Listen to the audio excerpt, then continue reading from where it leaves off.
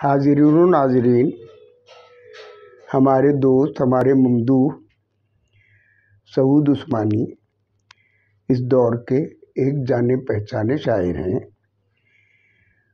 خوبرو، خوش گفتار اور خوش لباس۔ یہ اپنی کتابوں میں پڑھے جاتے ہیں بہت ذوق و شوق سے، اور مشاعروں میں نہایت دلچسپی اور انہماک سے سنے جاتے ہیں۔ اس لحاظ سے انہیں اگر ایک مقبول اور دل عزیز شخص کہا جائے تو یہ غلط نہیں ہوگا۔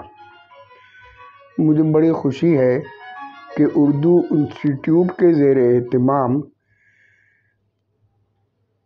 جشن سعود عثمانی کی صدارت میں جشن اردو منعقد کیا جا رہا ہے۔ یہ تقریب سعید ان کے کمال فن، یعنی ان کی شخصیت اور ان کی شاعری کا ایک اعتراف بھی ہے، اور یہ ان کا حق بھی ہے۔ حق بحقدار رسید۔